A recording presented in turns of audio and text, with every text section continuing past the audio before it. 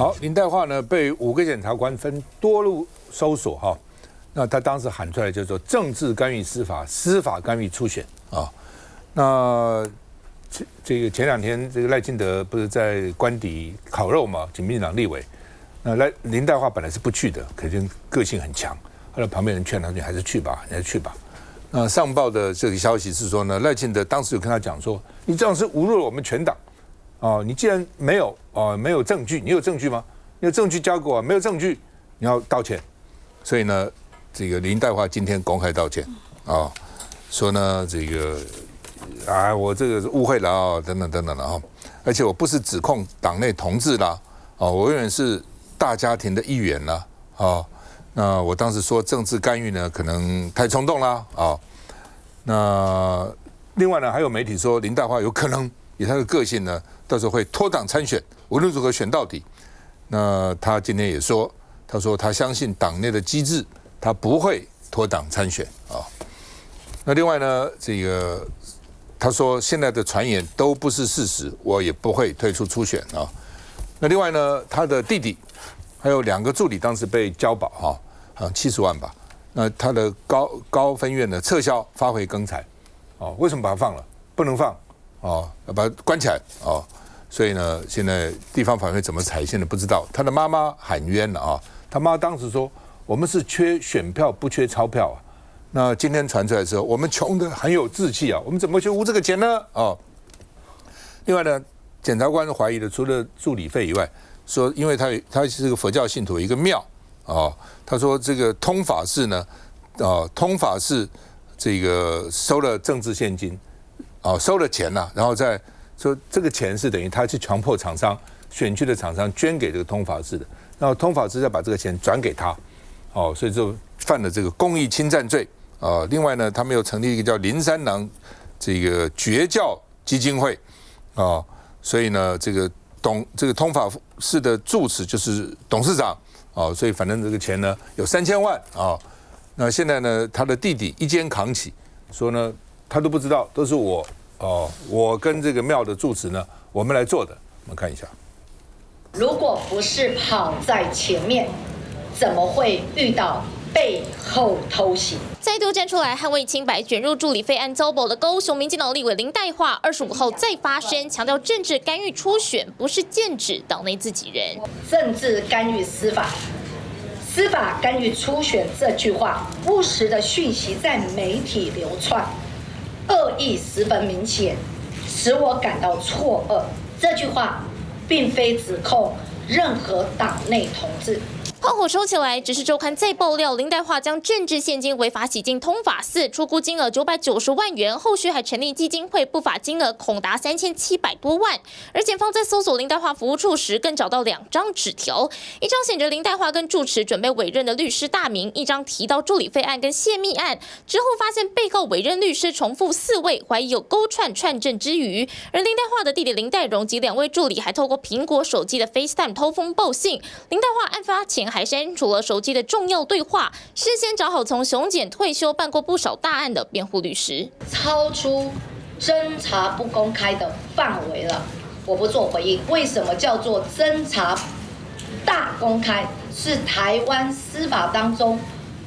我觉得都是媒体走在前面，媒体的一个报道，那个真实性如何，我们再了解。周刊内容林岱樺一概不认。不过面对高雄市长初选，传出林岱樺可能会退出初选，甚至会脱党参选，林岱樺强调都不是事实。我已经是在这个大家庭内一路栽培我。这个大家庭，我是永远是其中的一员。第一个，我不介入党务不介入选务，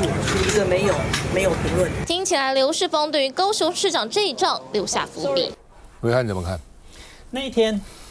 林岱樺被带到这个调查局的南基站的时候，他讲了6次啊，对不对？政治干预司法，司法干预初选，而且他要讲后面这个调查员来挡他。那后来他100万人交保的时候，我就发现他出来的时候就情绪没有那么激动，用词也改变。他说是暗黑势力也不会屈服，所以他就不是讲。所以很简单嘛，今天这样一路的脉络下来，第一个是被带去调查，第2个是交保，第3个是什么？第3个就是他跑去烤肉了嘛。你跑去烤肉，你既然讲政治干预司法，那现在目前谁在执政？就是民进党政府，这是民进党立委。那第4个就是今天跑出来道歉，所以他是有脉络的，很简单哦，因为他做出选择，林岱樺委员做出选择，就是他还要继续留在民进党里面争取高雄市长的提名啊，所以外界讲说啊，这个他会退党参选啊，也就是说不管怎么样不提名我会选到底，这个他目前要行打东啊，为什么？很简单的，观众朋友，因为如果他今天不做这几件事情，跑去烤肉出来道歉，然后也讲说我对这句话道歉，好，我收回，好，政治干预司法，他的民调在民进党里面，我认为啦，一定会。接下来3个月、半年，他就会输给其他的人了，因为民进党支持者他们不要看到这个状况嘛。第2个，我也去问了一下那个烤肉内容到底是怎么样哈。总统是看到他，因为他们很多人在那边嘛，好，他虽然讲说你那个讲政治干预司法有证据你就拿出来啊，我一定会要求严办啊。但如果没有的话，你要澄清，好，因为现场很多委员嘛，包含赖慧委员很多人在那边，我去问了一下，他们说没有到生气骂他啦，但是林岱樺委员他当下没有说什么，他说好，我回去思考。结果思考以后，今天的结果就是他还是要回到民进党的大家庭。好，那观众朋友，因为这个事情是这样，因为我们台湾很多的民意代表、立法委员还有议员助理非案这个部分，他可能被检举，或者是前助理告发，可是内容不见得为真，所以案情的部分我也没看到那个笔录的内容啊。林岱樺今天也不愿意认证，看来敢去办他啦，又是一个民调最高的高雄的7连霸的立委，也许有一些证据，但他不一定有罪嘛。那我们台湾现在很多政治人物，包含去年8月有一个是嫡系中的嫡系，是赖清德，应该算台南最疼爱的林怡景，也是一样助理非案啊，他也是被办。所以这种状况的时候，我会觉得就政治的跟这个司法的我会分开谈。司法的就是我相信我们现在也不至于到完全没有任何问题的人，他会被最后他可能到后来他无罪或根本没有被起诉，就表示说搞错了嘛。但政治的部分的话，看起来就是说，民进党的高雄市长的这个选举的过程中非常的激烈。那事实上 TVBS 有做民调，林岱樺就是第1名没有错。那后面还跟着这个赖瑞荣、邱意莹、许智杰，以及最近很多这个月都没有在动的许明春前部长。那所以你看，连那个总统府的秘书长潘孟安，因为一直被传他要空降，上个礼拜6他从来没有回应过的，他透过有人告诉媒体公开说，我现在人的户籍还在屏东，完全没有参选高雄市长的想法。所以接下来就是看林岱樺民调会不会掉下来，如果是的话，他整个的那个初选的这个局势会变得比较单纯一点。那他今天都已经讲他不会脱党了，好，除非就是之后没有提名他脱党，否则民进党成一组的状况的可能性是存在的。那再来就是跟柯志恩对打了，对。之前有传潘孟安户籍已经迁到高雄市的，有传了哈。那其实这个林岱樺的民调第1名，不是光 TVBS 做的，之前他就是第1名，几个民调做他都是第1名啊。来，婉慧你怎么看？我自己刚刚就是其实暐瀚把那个脉络讲得很清楚了。我觉得岱樺委员他从一开始的这个高喊，到后面出来交保的时候念那个声明书的时候说会有暗黑势力，但是呢，其实他交保之后在高雄这边还是持续的跑活动嘛，跟陈其迈的这个互动，在活动当中大家也都非常的关注哈。那最关键当然就是这个烤肉会啊，如果是照大家刚刚讲，就是说他也有考虑到要不要去啊，看起来我觉得是大家这个同侪也会劝他了哈，就是说不要这一出已经演到这个，我相信赖总统当下讲的话，事先已经有请人去告诉他，然后这蠢不该想拍看哈，不要这样子啊。所以他想一想之后，还是做了一个道歉的动作。我仔细去看了一下那个岱樺委员的这个粉专啦，哈，从他第一个时间哈贴出来说要捍卫他自己的清白，态度非常的强硬。当下他所有的支持者都是一片支持，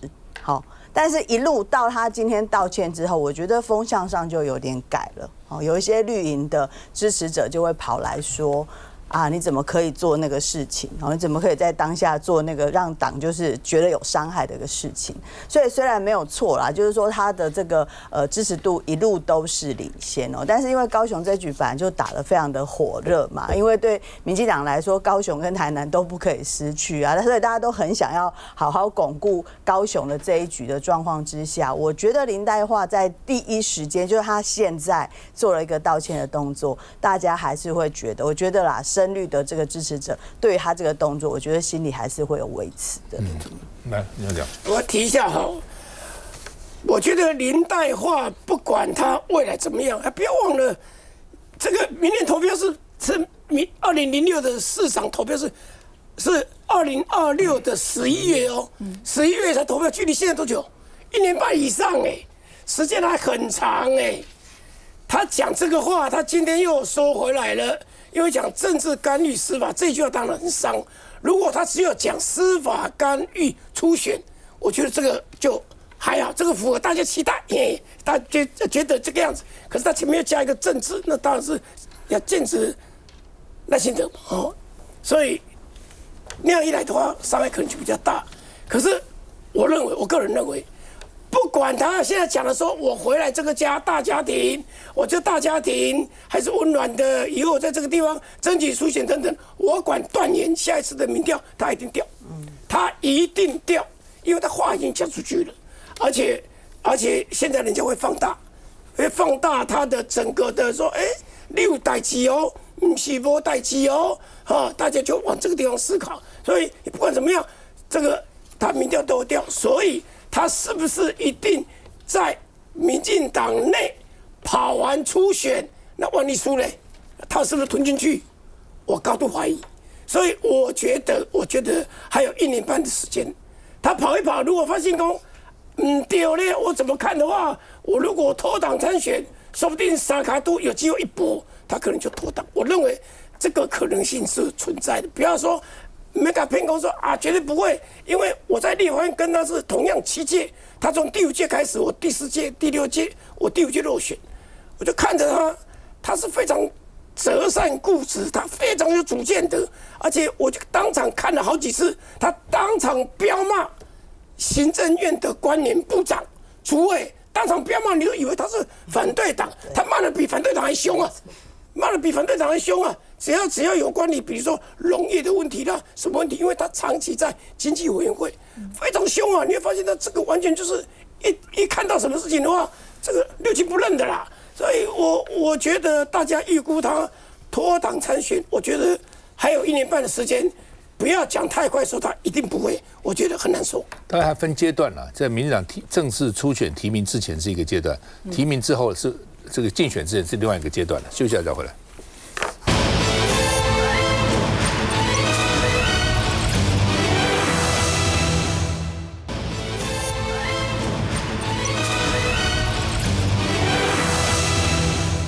好，今天《联合报》《中国时报》的头版头都讲急诊要崩溃了啊。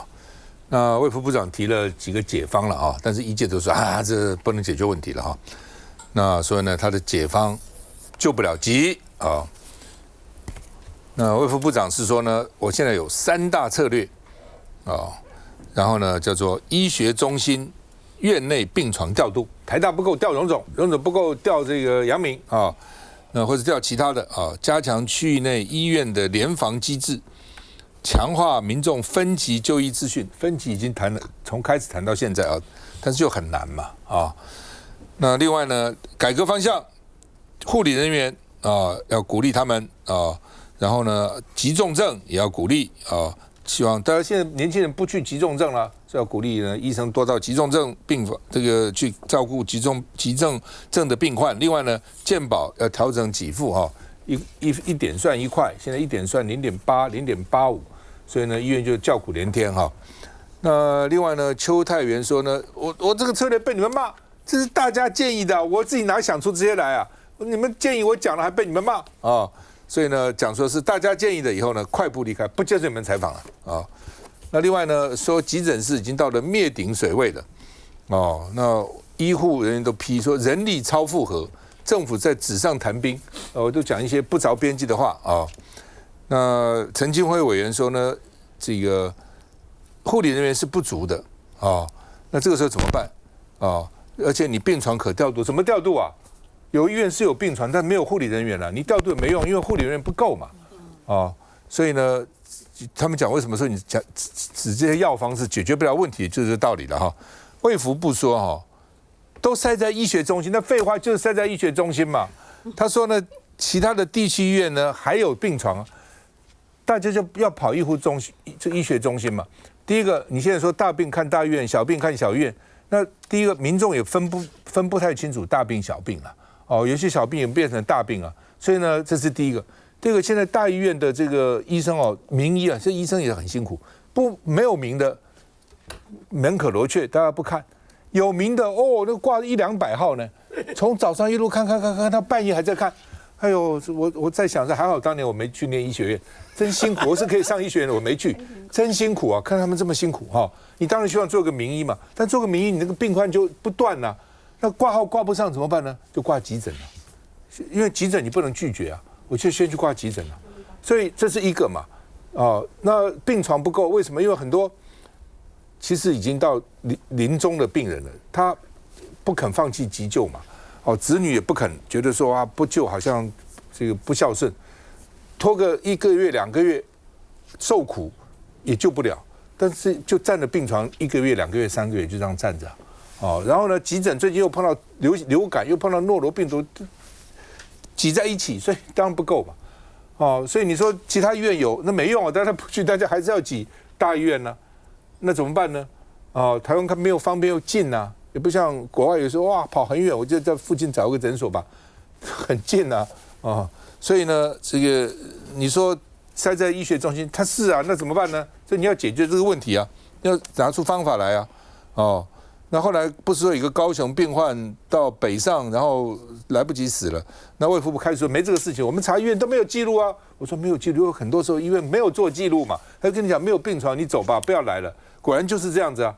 成大医院说没有病床的，打电话问这些医院，都说没病床了，所以只好一路到了斗六分院说有，他们说只有2个小时，有的时候救人如救火，10万火急，2个小时都要命了他死了嘛，病人就死了，而且呢，林经理现在说呢，小病啊不要去闯急诊室，他们说林经理当时不就闯急诊室吗？说当时这个他叫大家不要都去大医院，就他那时候怀疑自己有一点不太舒服，是不是得了什么这个 COVID-19， 也跑到急诊室啊，20分钟结果就出来了。你就说一般人20分钟可以出来吗？他如果不是立委，如果不是他有特别关系，能够跑到急诊室吗？会给他看吗？那他叫大家不要去，那他怎么就去了呢？我们看一下。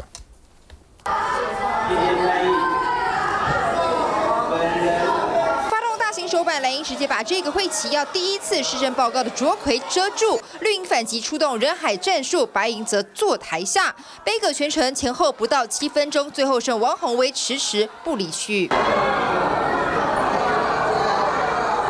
陈亭妃这一推，王宏威随即不示弱，只不过王宏威手板上写的高官爽烤肉，百姓塞急诊，恐怕是现在执政政府的头痛难题。因为卫福部日前公布3大强化因应急诊拥塞的策略，以解悲观看待。如果说自己的医院没有足够的量能够收治的话，当然是要让他到适当的医院去寻求治疗。可是现在其实缺乏一个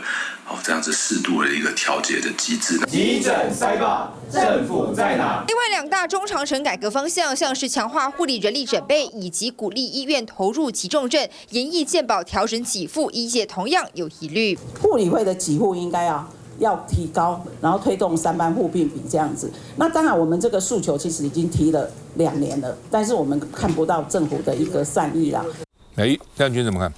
我觉得确实这个医疗问题其实在近几年是急剧的恶化了那因为以过去其实，在台北市议会里面，我之前也曾经提过，其实，在我们台北市自己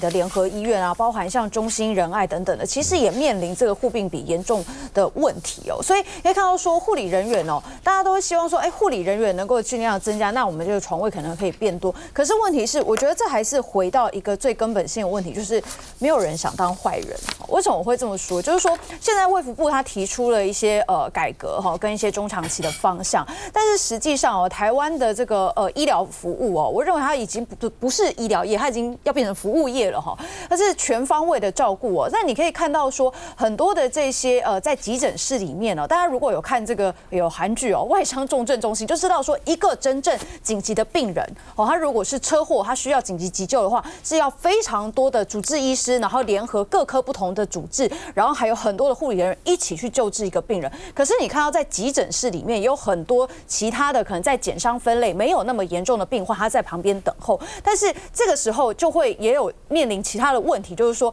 这些家属或这些患者就会觉得说他们没有被照顾到，所以他们也很希望说，那这些医护人员应该要来照顾我们所以这就会出现一个很大的问题，就是刚刚前面提到的小病看诊所，大病去医院这个事情已经讲了非常久，可是大家都办不到。那最后必须要怎么做？我觉得还是要有人出来当坏人啦。那这个就是简单来讲，第一个是当然调整急重症的这个给付，那让大家知道说你急重症去做急诊，那你才可以得到这个比较好的医疗照顾。那如果你真的没有那么重的话，你可能负担的自费费用就要更高一点，这是一种方式。也就是说，你必须要在未来某一种程度上将这些部分的成本转嫁到病人身上，这才有可能去慢慢的减缓在急重症的这些急诊室大家医疗上的负担。否则这些医护人员，老实说，因为很多医护人员现在他们也很希望救治病患，也服务更多病人，可是他们现在真的压力太大了，很多的医护人员已经真的是很想离职了。一真。其实从春节开始你就看到这个急诊的医护的量能爆炸，而且其实是濒临崩溃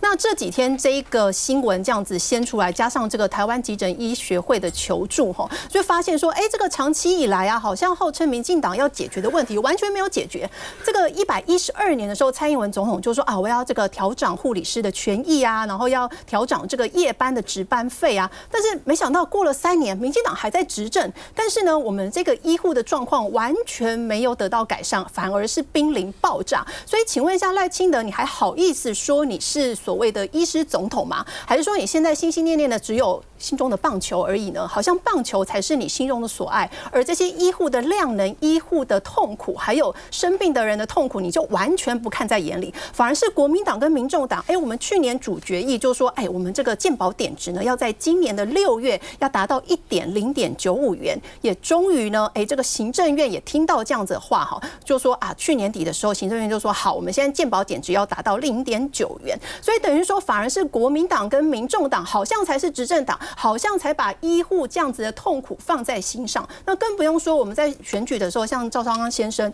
有说这个全国的护理师的薪资每月加1万，那时候还被这个卫福部长薛瑞元就说这个是乱开支票啊。那请问一下，这个民进党长期执政，那你对医护到底做了什么呢？还不是国民党跟民众党拉着你走，你才愿意做了一些。那现在呢，我们政府就说啊，这个急诊爆炸啊，濒临崩溃的情况，是因为最近这个流感啊、诺罗啊，两三周之后就会好，就会平息。但是情况根本不是这样，这根本就是已经长期的问题。所以赖清德总统他讲健康台湾，请问一下，台湾真的健康的起来吗？因为现在看起来关键是在护理师了因为在医院里面到底薪水4万5万，大概就这样。